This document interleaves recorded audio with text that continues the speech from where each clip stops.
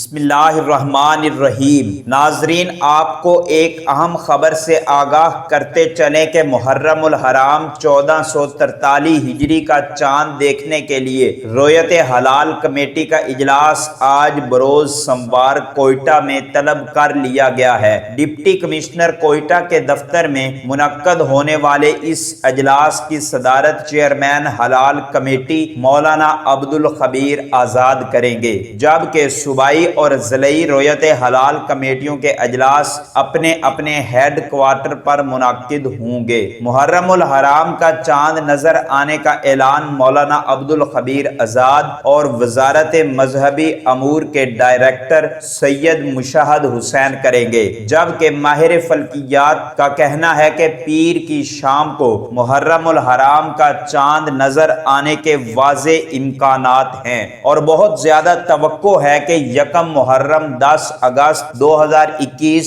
بروز منگل کو ہوگا۔ ناظرین، مزید اپڈیٹ کے لیے اس چینل کو سبسکرائب کر کے بیل آئیکن کو ضرور پریس کر لیں تاکہ آپ کو ہر خبر بر وقت ملتی رہے۔